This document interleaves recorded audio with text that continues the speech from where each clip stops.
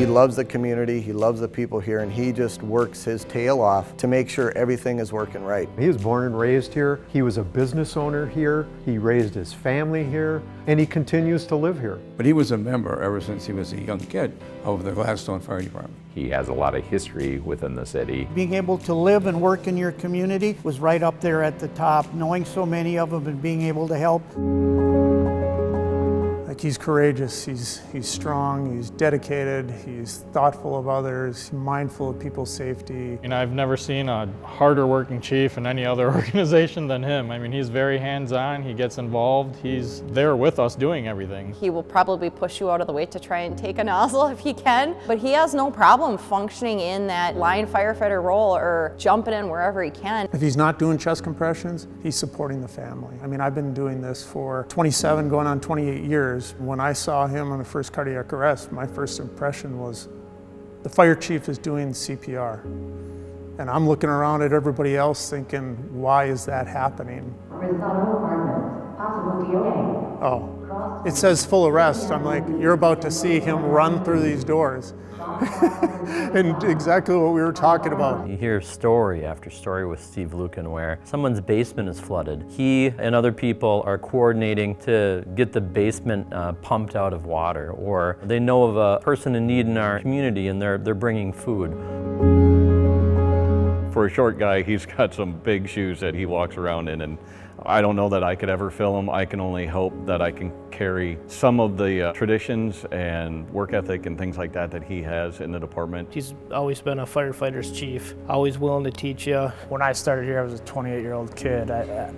I didn't know a lot about being a fire chief, and so he's kind of been like a father figure to me, both personally and professionally. He taught me a lot about how to be a fire chief, what's required financially, politically, how to navigate with difficult people, how to have difficult conversations. To get to the point that I have in my career, to have Steve as one of my supporters and hopefully me one of his supporters, it's allowed us to do better for the community. He really brought the needs of the citizen to the forefront and developed just an outstanding fire department. And I want them to really know that, because it wasn't easy.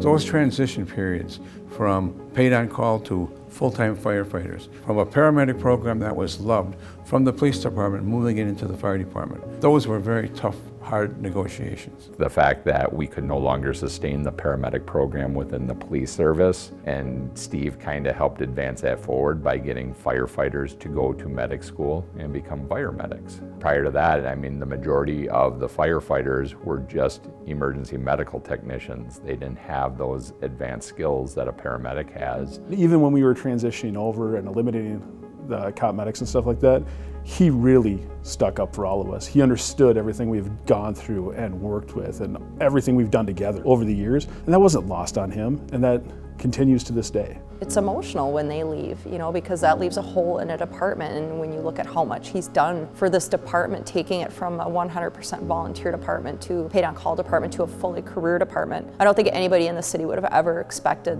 Maplewood Fire to be a fully career department. Steve is that guy that is constantly working with people and cares about people, and the relationships that he's had with our full-time staff and with retired firefighters, with our part-time staff when we had a part-time staff, were really key to getting through a difficult process in a way that was respectful to everyone. His management style was a hard-nosed humanitarian. He could take programs and make them work. The 800 megahertz radio system, which was implemented when I was still here, he took the bull by the horns there. He handled the purchasing of the radios and handled all that for the police and the fire department. I think that's a really fitting place for his emergency management career to wrap up. By far, this pandemic will be almost at the very top of what we've had to do in my 43 years in the fire service. On March 14th, we declared a disaster, and on that, or an emergency rather.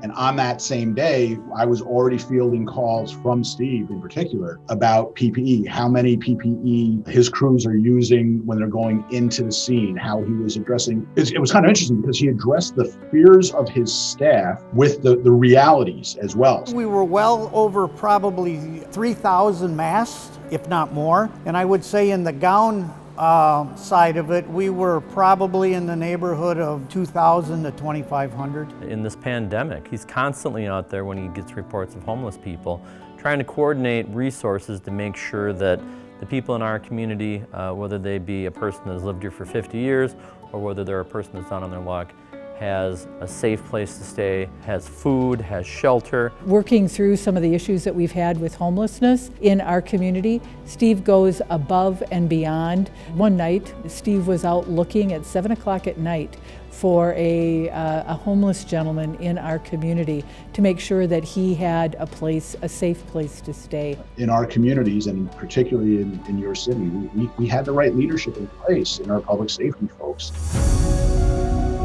It's going to be difficult for Steve to just step away and step back from the fire service because the fire service has been Steve. He's talked about it for at least 10 years. Always said he was never going to retire, so I was very shocked to see him pull the pin. It was not unusual for me and my wife and his wife to be out for dinner and him to leave in the middle of dinner to go on a fire call. We joke that some of the things that he got away with his family, like abandoning them at restaurants and birthday parties and Christmas parties, etc., leaving his wife and 3 young daughters while he ran to a fire call. I joked with him just this week that if I pulled some of that stuff, I'd be divorced in a hurry.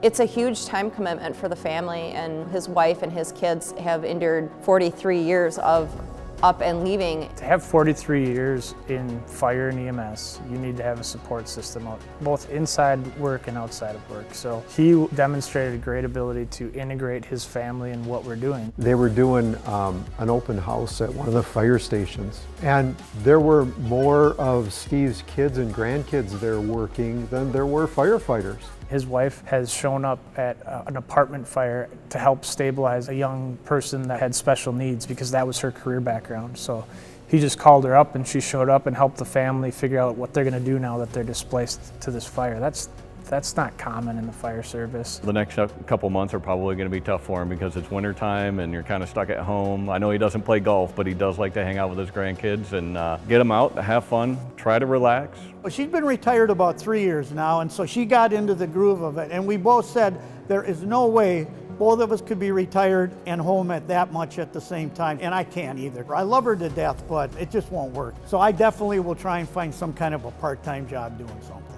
Oh yeah, no, I have no doubt that in 3 weeks he'll have a job doing something else. Sleep in, stop thinking about work, which he will not do, and really truly try to enjoy life outside of the city of Maplewood employment. Having to worry about all your firefighters and paramedics and everyone in public safety in general being in harm's way every single day to just being out of that, man, that's gonna be very hard. Make your hobbies like your full-time job for the first 3 months to reprogram your brain on how to be a normal human being again. Steve's been a great friend and a great colleague, and I'm going to miss the heck out of him. I just hope Steve has a wonderful, wonderful retirement. He's certainly earned it after all these years. Enjoy this time, Steve. Congratulations on your retirement. I want to thank you for the amazing amount of service you've provided the residents of Maplewood, the city councils that you've worked with, the city managers that you've worked with, and also for all the mentoring that you've done to others in your profession. It's been a great ride. I've had so many great people to work with and that have worked for us. It's going to be a tough transition to leave that. All of a sudden wake up one day and you find out you're no longer doing the job you've done for 43 years. I'm not looking forward to that, but I'm also looking forward to new things that'll be coming around the corner. I met Steve in 1995 in Maplewood when I did arrive. Steve has worn several titles, including engineer, deputy chief, captain, and then appointed fire chief at the start of this century. His career with the city has been quite exemplary. Steve has seen many challenges over the 40-plus years, but this man stays positive, never shows any fears. The achiever in him has come in handy. Showing up for all calls at all hours, Steve is just dandy. If you need something done, Steve is the guy. He can be counted on to help folks, even those who sleep under the sky. Besides his commitment to the fire service, Steve is a husband, grandpa, and father. When he is with his family, hanging at the pool, please don't be a bother. There is also a side of Steve that likes to have fun. Pedal pubs, winter vacations, and some of them on ships. I've seen him at poker smiling while counting his chips. I want to congratulate you, Steve, on a job well done. Your service and dedication is second to none. Stay well and be happy as you begin to change course. Enjoy this new venture. Slow down, have fun, and perhaps get a horse.